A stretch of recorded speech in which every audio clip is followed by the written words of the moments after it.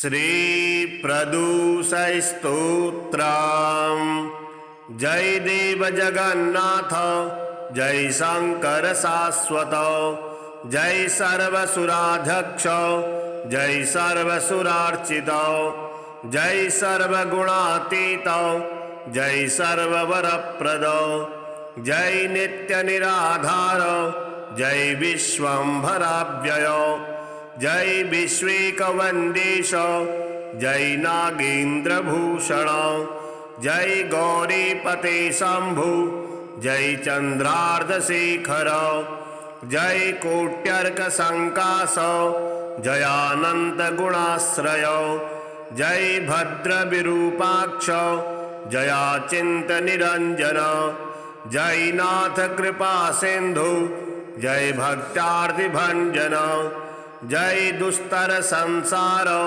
सागर उतारण प्रभु, प्रसीद मे महादेव, संसारार्तस्य खिद्यतः, सर्वपापक्षयं कृत्वा रक्ष मां परमेश्वर, महादारिद्र्यमग्नस्य महापापहतस्य च, महाशोकनिविष्टस्य महारोगातुरस्य च, ऋणभारपरीतस्य दह्यमानस्य कर्मभिः, ग्रहे प्रपीड्यमानस्य प्रसीद मम शंकर, दरिद्रः प्रार्थयेत् देवं प्रदोषे गिरिजापतिम्, अर्थाढ्योऽथ राजा वा प्रार्थयेत् देवमीश्वरम्, दीर्घमायुः सदारोग्यं कोशवृद्धिं बलोन्नतिः, ममास्तु नित्यमानन्दः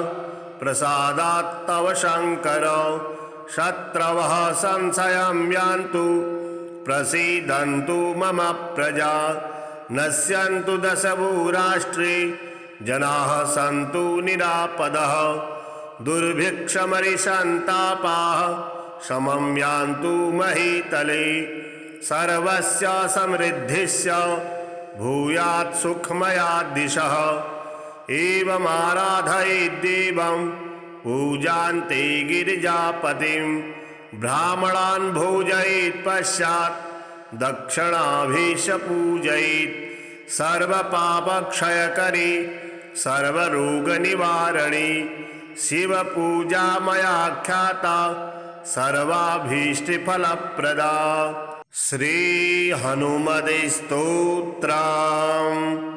ओम अस्य श्री हनुमते स्तोत्र महामन्त्रस्य विभीषण ऋषिः अनुष्टुप् छन्दः, हनुमान देवता मम शत्रुमुख स्तंभनार्थे सर्वकार्य सिद्ध्यर्थे च जपे विनियोगः।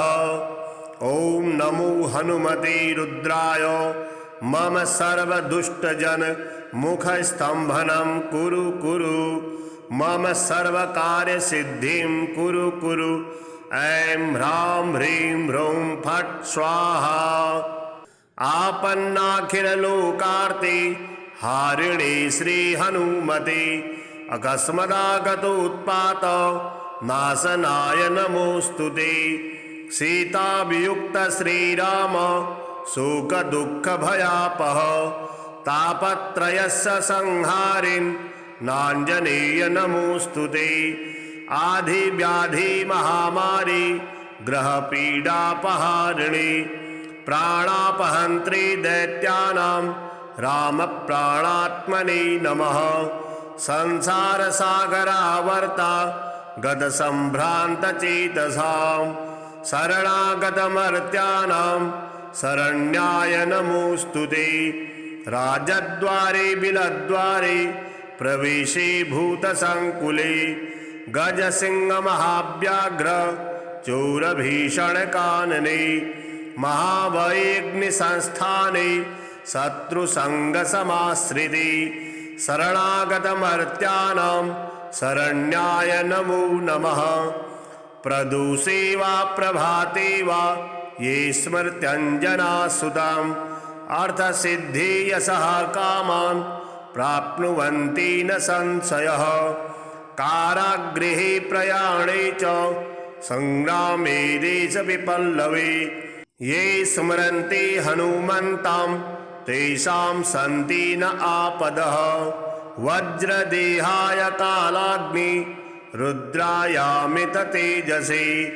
नमः प्लवगसैन्यानां प्राणभूतात्मने नमः दुष्टदैत्यमहादर्प दलनाय महात्मने ब्रह्मास्त्रस्तम्भनायास्मै नमः श्रीरुद्रमूर्तये जपत्वा स्तोत्रमिदं पुण्यं वसुवारं पठेन्नरः राजस्थाने सभास्थाने वादे प्राप्ते जपेत् ध्रुवं विभीषणकृतं स्तोत्रं यः पठेत् प्रयतो नरः सर्वापद्भ्यो विमुच्येत नात्र कार्या विचारणा। श्री हनुमत स्वरमाला स्तोत्रम् अंजना गर्भ संभूतम् अग्निमित्रस्य पुत्रकं नमामि रामदूतं तं सर्वकार्यार्थसिद्धये आदित्यसदृशं बालम् अरुणोदयसंभवं नमामि रामदूतं तं सर्वकार्यार्थसिद्धये इंगितज्ञस्य रामस्य दूतकार्यपरायणं नमामि रामदूतं तं सर्वकार्यार्थसिद्धये ईश्वरांश संभूतं ईषणारहितं हरिं नमामि रामदूतं तं सर्वकार्यार्थसिद्धये उदधिक्रमणं वीरम् उदारचरितं विभुं नमामि रामदूतं तं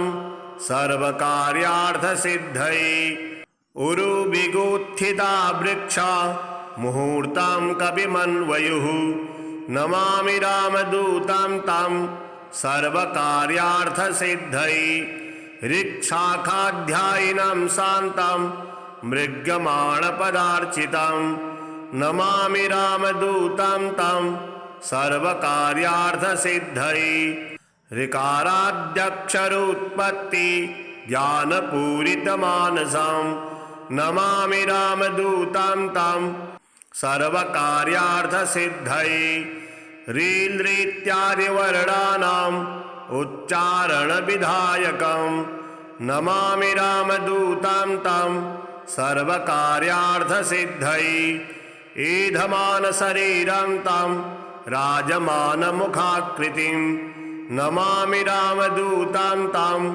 सर्वकार्यार्थसिद्धये इक्ष्वाकुकुलवीरस्य रामस्य प्रियपात्रकं नमामि रामदूतं तं सर्वकार्यार्थसिद्धये औषधाद्रिसमानीत दिव्यौषधिसमन्वितं नमामि रामदूतं तं सर्वकार्यार्थसिद्धये औत्सुक्यमात्रकालेन शत्रुक्षयकरं विभुं नमामि रामदूतं तं सर्वकार्यार्थसिद्धये जय देव जगन्नाथ जय शंकर शाश्वत जय सर्वसुराध्यक्ष जय सर्वसुरार्चित जय सर्वगुणातीत जय सर्ववरप्रद जय नित्यनिराधार जय विश्वंभराव्यय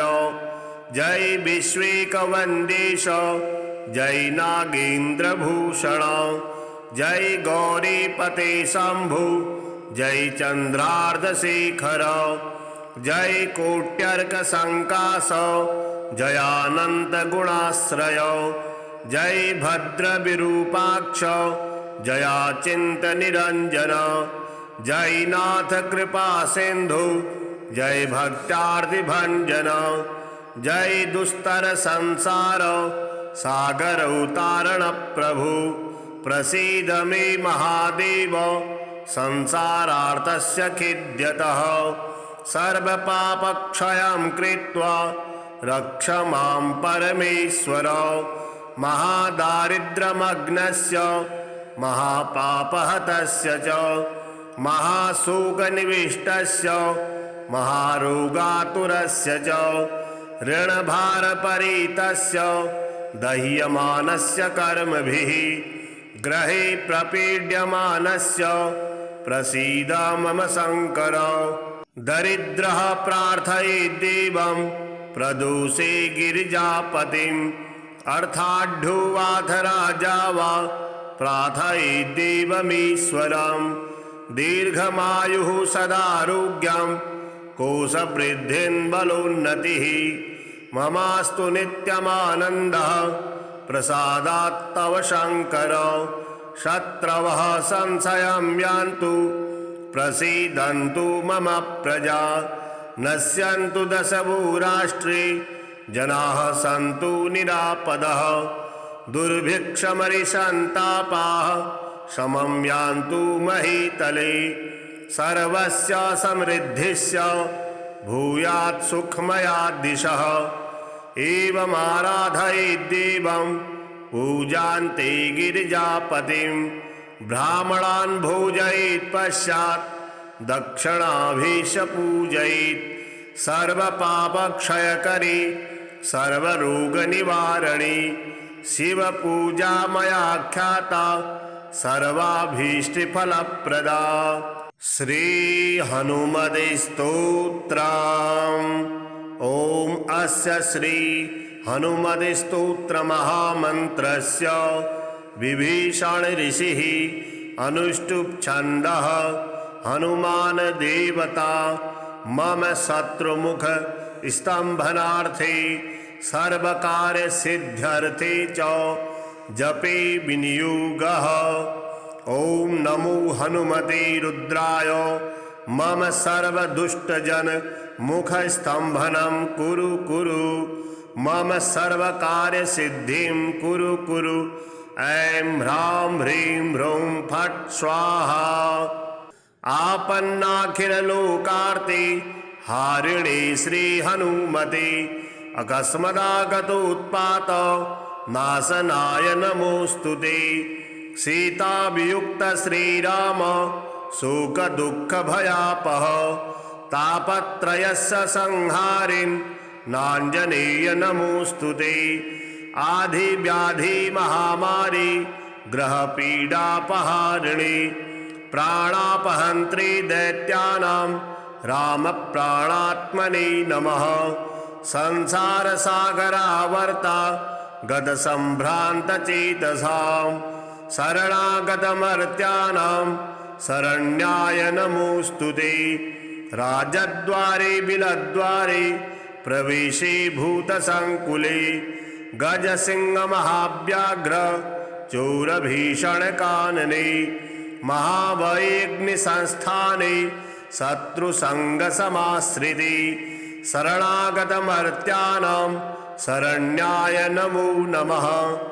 प्रदोषे वा प्रभाते वा ये स्मृत्यञ्जनासुताम् अर्थसिद्धि यशः कामान् प्राप्नुवन्ति न संशयः। कारागृहे प्रयाणे च संग्रामे देशविपल्लवे ये स्मरन्ति हनुमन्तं तेषां सन्ति न आपदः। वज्रदेहाय कालाग्नि रुद्रायामित तेजसे नमः। प्लवगसैन्यानां प्राणभूतात्मने नमः। दुष्टदैत्यमहादर्प दलनाय महात्मने ब्रह्मास्त्रस्तम्भनायास्मै नमः श्रीरुद्रमूर्तये। जपत्वा स्तोत्रमिदं पुण्यं वसुवारं पठेन्नरः राजस्थाने सभास्थाने वादे प्राप्ते जपेत् ध्रुवं। विभीषणकृतं स्तोत्रं यः पठेत् प्रयतो नरः सर्वापद्भ्यो विमुच्येत नात्र कार्या विचारणा। श्री हनुमत स्वरमाला स्तोत्रम्। अंजना गर्भ संभूतम् अग्निमित्रस्य पुत्रकं नमामि रामदूतं तं सर्वकार्यार्थसिद्धये। आदित्यसदृशं बालं अरुणोदयसम्भवं नमामि रामदूतं तं सर्वकार्यार्थसिद्धये इंगितज्ञस्य रामस्य दूतकार्यपरायणं नमामि रामदूतं तं सर्वकार्यार्थसिद्धये ईश्वरांशसम्भूतं ईषणारहितं हरिं नमामि रामदूतं तं सर्वकार्यार्थसिद्धये उदधिक्रमणं वीरम् उदारचरितं विभुं नमामि रामदूतं तं सर्वकार्यार्थसिद्धये उरुविगुत्थिता वृक्षा मुहूर्तं कविमन्वयुः नमामि रामदूतं तं सर्वकार्यार्थसिद्धये ऋक्शाखाध्यायिनं शान्तं मृग्यमाणपदार्चितं नमामि रामदूतं तं सर्वकार्यार्थसिद्धये ऋकाराद्यक्षरोत्पत्ति ज्ञानपूरितमानसं नमामि रामदूतं तं सर्वकार्यार्थसिद्धये रीलृत्यादिवर्णानाम् उच्चारणविधायकं नमामि रामदूतं तं सर्वकार्यार्थसिद्धये ईधमानशरीरं तं राजमानमुखाकृतिं नमामि रामदूतं तं सर्वकार्यार्थसिद्धये इक्ष्वाकुकुलवीरस्य रामस्य प्रियपात्रकं नमामि रामदूतं तं सर्वकार्यार्थसिद्धये औषधाद्रिसमानीत दिव्यौषधिसमन्वितं नमामि रामदूतं तं सर्वकार्यार्थसिद्धये औत्सुक्यमात्रकालेन शत्रुक्षयकरं विभुं नमामि रामदूतं तं सर्वकार्यार्थसिद्धये जय देव जगन्नाथ जय शंकर शाश्वत जय सर्वसुराध्यक्ष जय सर्वसुरार्चित जय सर्वगुणातीत जय सर्ववरप्रद जय नित्यनिराधार जय विश्वंभराव्यय जय विश्वेकवन्देश जय नागेन्द्रभूषण जय गौरीपते शंभु जय चंद्रार्धशेखर जय कोट्यर्कसंकाश जयानंतगुणाश्रय जय भद्रविरूपाक्ष जयाचिंतनिरंजन जय नाथ कृपा सिंधु जय भक्त्यार्तिभंजन जय दुस्तर संसार सागर उतारण प्रभु प्रसीद मे महादेव संसारार्तस्य खिद्यतः सर्वपापक्षयं कृत्वा रक्ष मां परमेश्वर महादारिद्र्यमग्नस्य महापापहतस्य च महाशोकनिविष्टस्य महारोगातुरस्य च ऋणभारपरीतस्य दह्यमानस्य कर्मभिः ग्रहे प्रपीड्यमानस्य प्रसीद मम शंकर दरिद्रः प्रार्थयेत् देवं प्रदोषे गिरिजापतिम् अर्थाढ्युवाथ राजा वा प्रार्थयेत् देवमीश्वरम् दीर्घमायुः सदारोग्यं कोशवृद्धिं बलोन्नतिः ममास्तु नित्यमानन्दः प्रसादात् तव शंकर शत्रवः संशयं यान्तु प्रसीदन्तु मम प्रजा नश्यन्तु दशभूराष्ट्रे जनाः सन्तु निरापदः दुर्भिक्षमरिसन्तापाः शमं यान्तु महीतले सर्वस्य समृद्धिस्य भूयात् सुखमया दिशः एवमाराधयेत् देवं पूजान्ते गिरिजापतिं ब्राह्मणान् भोजयेत् पश्चात् दक्षिणाभिष पूजयेत् सर्वपापक्षयकरी सर्वरोगनिवारणी शिवपूजा मया ख्याता सर्वाभीष्टफलप्रदा। श्री हनुमते स्तोत्रम्। ओम अस्य श्री हनुमते स्तोत्र महामन्त्रस्य विभीषण ऋषिः अनुष्टुप् छन्दः हनुमान देवता मम शत्रुमुख स्तंभनार्थे सर्वकार्य सिद्ध्यर्थे च जपे विनियोगः। ओम नमो हनुमते रुद्राय मम सर्वदुष्टजन मुख स्तंभनं कुरु कुरु मम सर्वकार्य सिद्धिं कुरु कुरु। ऐं ह्रां ह्रीं ह्रूं फट् स्वाहा। आपन्नाखिललोकार्ते हारिणे श्री हनुमते अकस्मदागतोत्पात नाशनाय नमोस्तुते।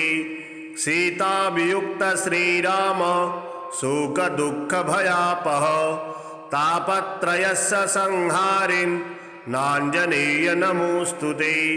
आधि व्याधि महामारी ग्रह पीडापहारिणी प्राणापहन्त्री दैत्यानां राम प्राणात्मने नमः। संसार सागरावर्ता गद संभ्रांत चेतसां शरणागतमर्त्यानां शरण्याय नमोस्तुते। राजद्वारे बिलद्वारे प्रवेशे भूतसंकुले गज सिंह महाव्याघ्र चोरभीषण कानने महाभयेऽग्नि संस्थाने शत्रुसंग समाश्रिते शरणागतमर्त्यानां शरण्याय नमो नमः। प्रदोषे वा प्रभाते वा ये स्मृत्यञ्जनासुताम् अर्थसिद्धि यशः कामान् प्राप्नुवन्ति न संशयः। कारागृहे प्रयाणे च संग्रामे देशविपल्लवे ये स्मरन्ति हनुमन्तं तेषां सन्ति न आपदः। वज्रदेहाय कालाग्नि रुद्रायामित तेजसे नमः। प्लवगसैन्यानां प्राणभूतात्मने नमः।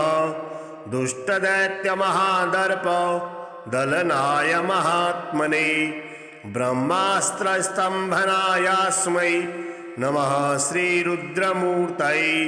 जपत्वा स्तोत्रमिदं पुण्यं वसुवारं पठेन्नरः राजस्थाने सभास्थाने वादे प्राप्ते जपेत् ध्रुवम्।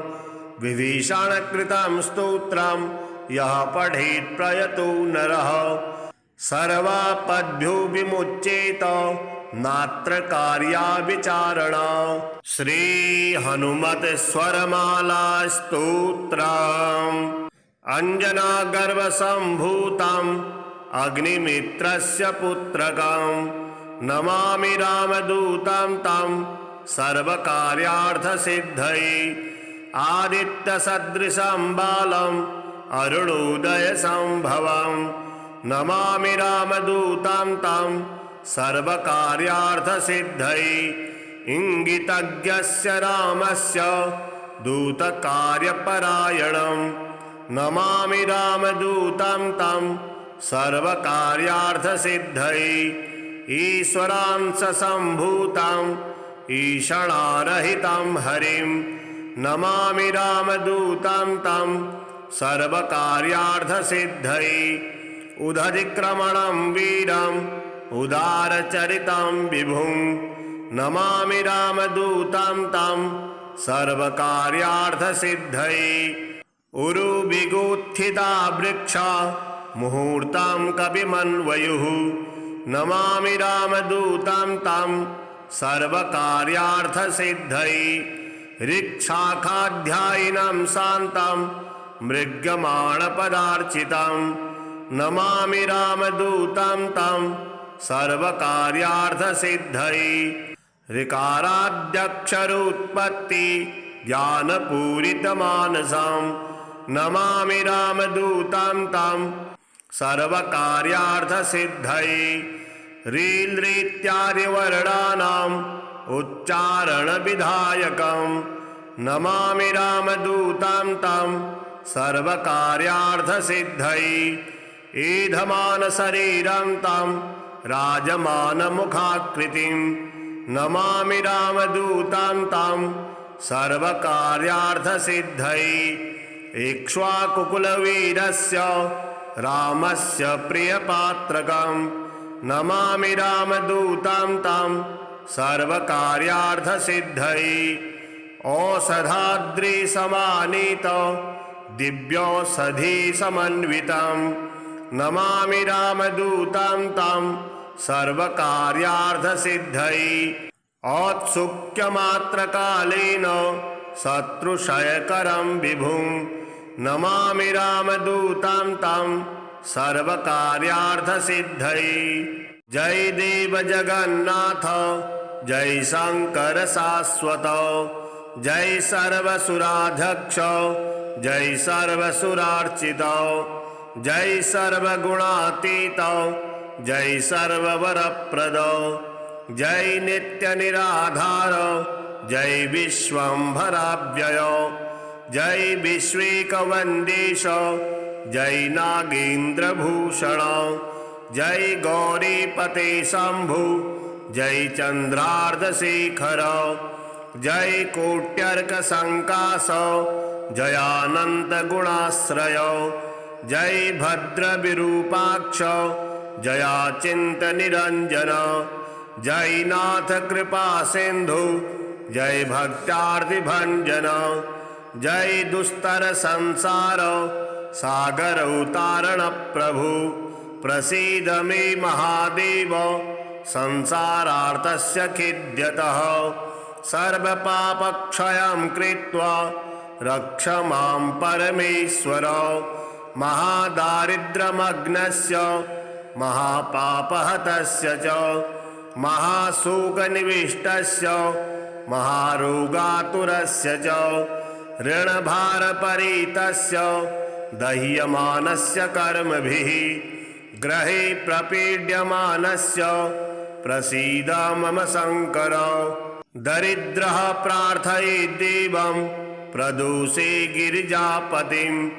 अर्थाढ्युवाथ राजा वा प्रार्थयेत् देवमीश्वरम् दीर्घमायुः सदारोग्यं कोशवृद्धिं बलोन्नतिः ममास्तु नित्यमानन्दः प्रसादात् तव शंकर शत्रवः संशयं यान्तु प्रसीदन्तु मम प्रजा नश्यन्तु दशभूराष्ट्रे जनाः सन्तु निरापदः दुर्भिक्षमरिसन्तापाः शमं यान्तु महीतले सर्वस्य समृद्धिस्य भूयात् सुखमया दिशः एवमाराधयेत् देवं पूजान्ते गिरिजापतिं ब्राह्मणान् भोजयेत् पश्चात् दक्षिणाभिष पूजयेत् सर्वपापक्षयकरी सर्वरोगनिवारणी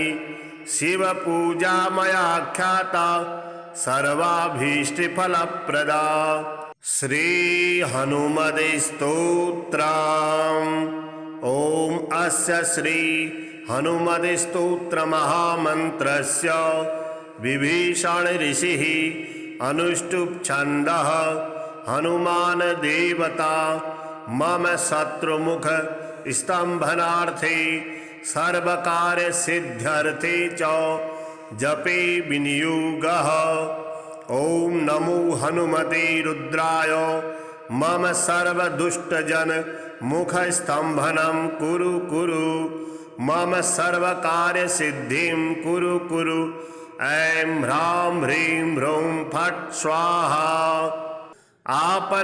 आपन्नाखिललोकार्ते हारिणे श्री हनुमते अकस्मदागतोत्पात नाशनाय नमोस्तुते सीताभियुक्त श्रीराम शोक दुःख भयापह तापत्रयस्य संहारिन् नाञ्जनेय नमोस्तुते आधिव्याधि महामारी ग्रह पीडापहारिणी प्राणापहन्त्री दैत्यानां रामप्राणात्मने नमः।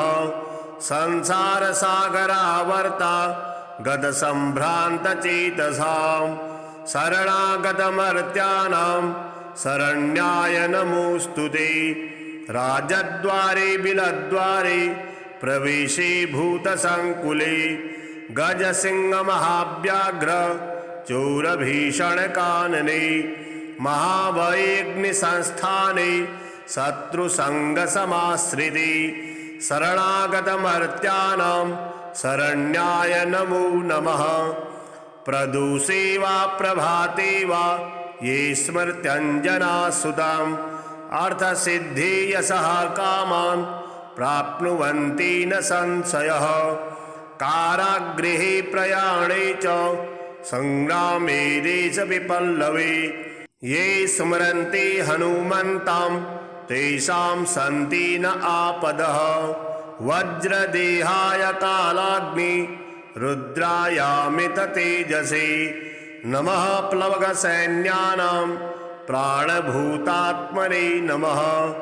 दुष्टदैत्यमहादर्प दलनाय महात्मने ब्रह्मास्त्रस्तम्भनायास्मै नमः श्रीरुद्रमूर्तये। जपत्वा स्तोत्रमिदं पुण्यं वसुवारं पठेन्नरः राजस्थाने सभास्थाने वादे प्राप्ते जपेत् ध्रुवं। विभीषणकृतं स्तोत्रं यः पठेत् प्रयतो नरः सर्वापद्भ्यो विमुच्येत नात्र कार्या विचारणा। श्री हनुमत स्वरमाला स्तोत्रम्। अंजना गर्भ संभूतम् अग्निमित्रस्य पुत्रकम् नमामि रामदूतं तं सर्वकार्यार्थसिद्धये। आदित्य सदृशं बालम् अरुणोदय संभवम् नमामि रामदूतं तं सर्वकार्यार्थसिद्धये। इंगितज्ञस्य रामस्य दूतकार्यपरायणं नमामि रामदूतं तं सर्वकार्यार्थसिद्धये। ईश्वरांश संभूतं ईषणारहितं हरिं नमामि रामदूतं तं सर्वकार्यार्थसिद्धये। उदधिक्रमणं वीरम् उदारचरितं विभुं नमामि रामदूतं तं सर्वकार्यार्थसिद्धये। उरुविगोत्थिता वृक्षा मुहूर्तं कविमन्वयुः नमामि रामदूतं तं सर्वकार्यार्थसिद्धये। ऋक्शाखाध्यायिनं शान्तं मृग्यमाणपदार्चितं नमामि रामदूतं तं सर्वकार्यार्थसिद्धये। ऋकाराद्यक्षरोत्पत्ति ज्ञानपूरितमानसं नमामि रामदूतं तं सर्वकार्यार्थसिद्धये।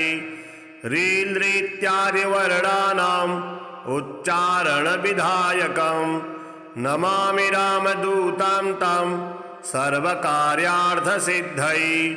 ईधमानशरीरं तं राजमानमुखाकृतिं नमामि रामदूतं तं सर्वकार्यार्थसिद्धये। इक्ष्वाकुकुलवीरस्य रामस्य प्रियपात्रकं नमामि रामदूतं तं सर्वकार्यार्थसिद्धये। औषधाद्रिसमानीत दिव्यौषधिसमन्वितं नमामि रामदूतं तं सर्वकार्यार्थसिद्धये।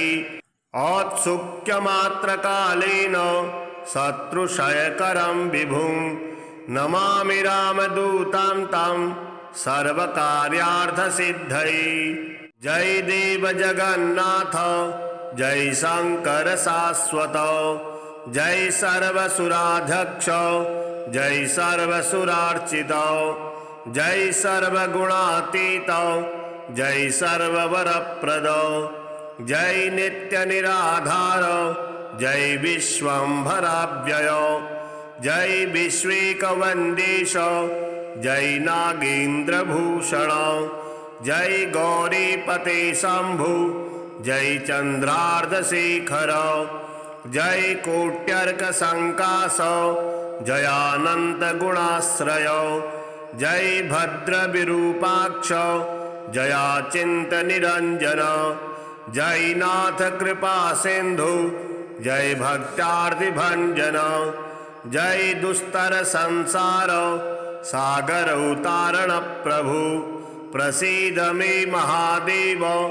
संसारार्तस्य खिद्यतः सर्वपापक्षयं कृत्वा रक्ष मां परमेश्वर महादारिद्र्यमग्नस्य महापापहतस्य च महाशोकनिविष्टस्य महारोगातुरस्य च ऋणभारपरीतस्य दह्यमानस्य कर्मभिः ग्रहे प्रपीड्यमानस्य प्रसीद मम शंकर दरिद्रः प्रार्थयेत् देवं प्रदोषे गिरिजापतिम् अर्थाढ्युवाथ राजा वा प्रार्थयेत् देवमीश्वरम् दीर्घमायुः सदारोग्यं कोशवृद्धिं बलोन्नतिः ममास्तु नित्यमानन्दः प्रसादात् तव शंकर शत्रवः संशयं यान्तु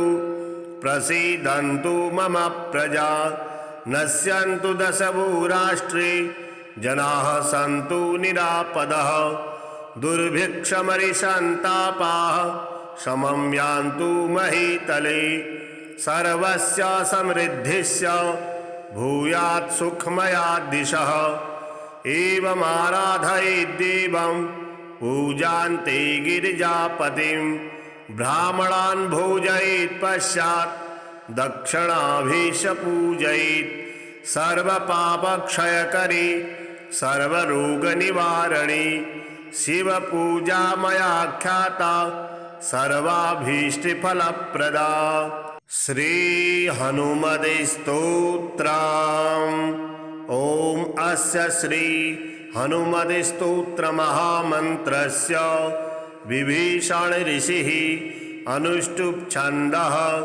हनुमान देवता मम शत्रुमुख स्तंभनार्थे सर्वकार्य सिद्ध्यर्थे च जपे विनियोगः ओम नमो हनुमते रुद्राय मम सर्वदुष्टजन मुख स्तंभनं कुरु कुरु मम सर्वकार्य सिद्धिं कुरु कुरु ऐं ह्रां ह्रीं ह्रूं फट् स्वाहा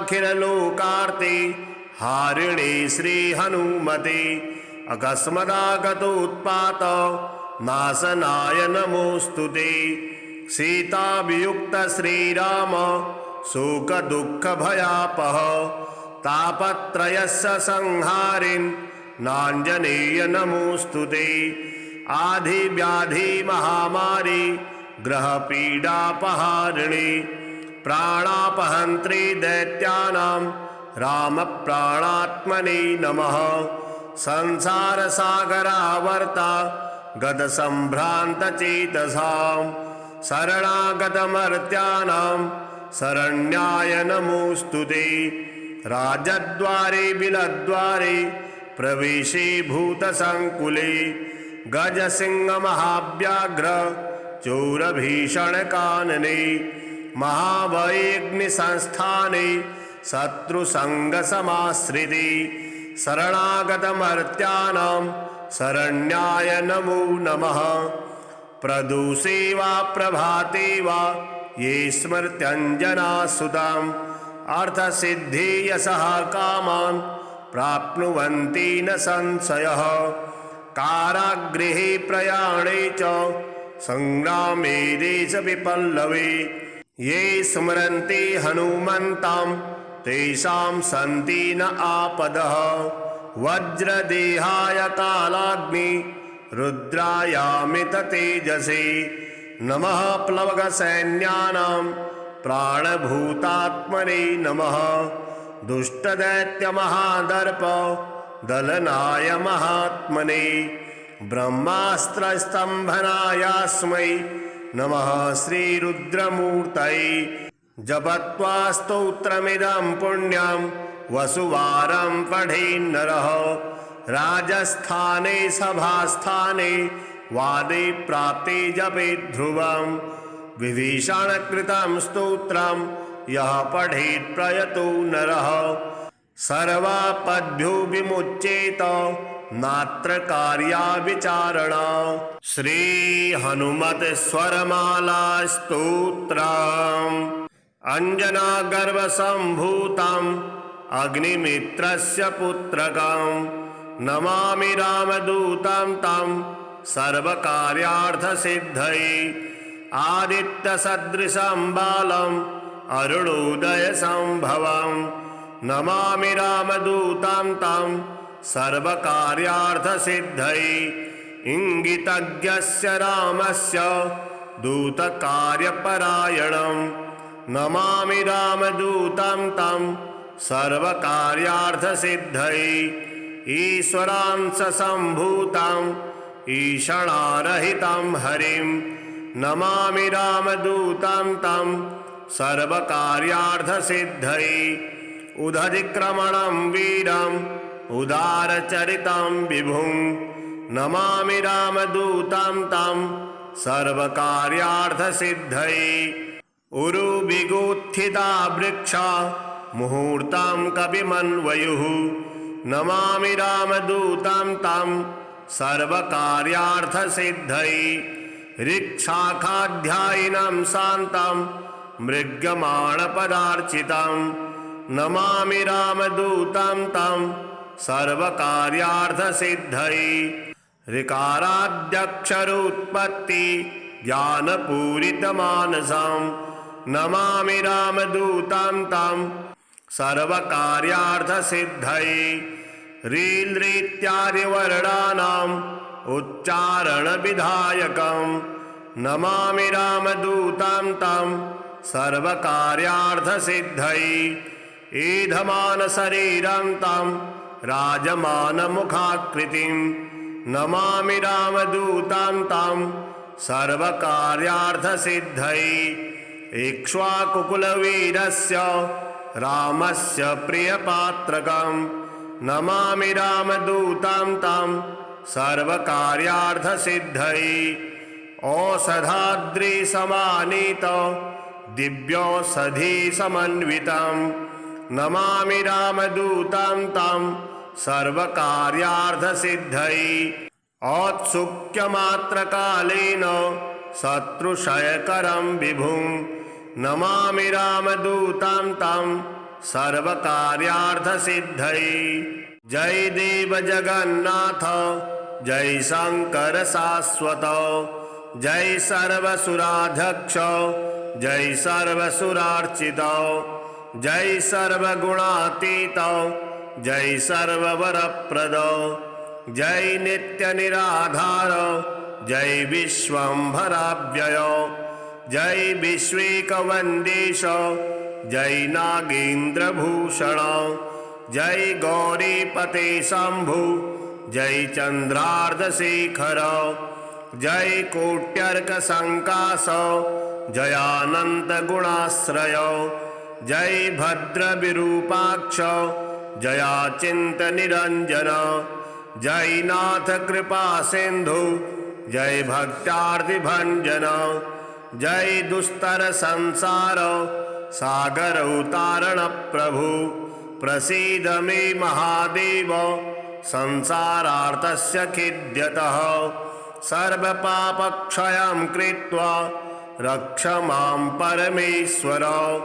महादारिद्र्यमग्नस्य महापापहतस्य च महाशोकनिविष्टस्य महारोगातुरस्य च ऋणभारपरीतस्य दह्यमानस्य कर्मभिः ग्रहे प्रपीड्यमानस्य प्रसीद मम शंकर।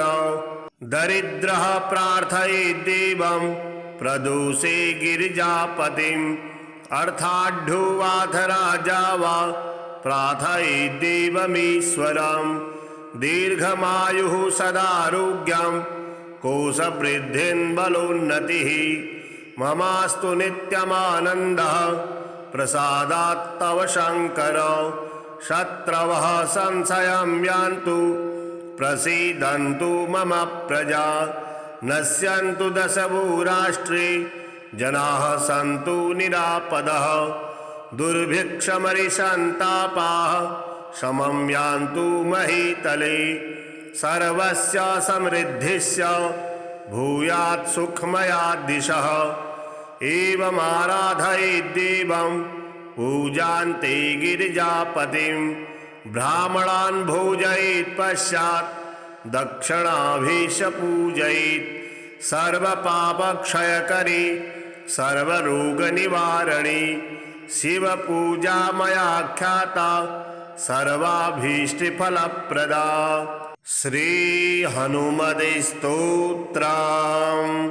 ओम अस्य श्री हनुमते स्तोत्र महामन्त्रस्य विभीषण ऋषिः अनुष्टुप् छन्दः हनुमान देवता मम शत्रुमुख स्तंभनार्थे सर्वकार्य सिद्ध्यर्थे च जपे विनियोगः।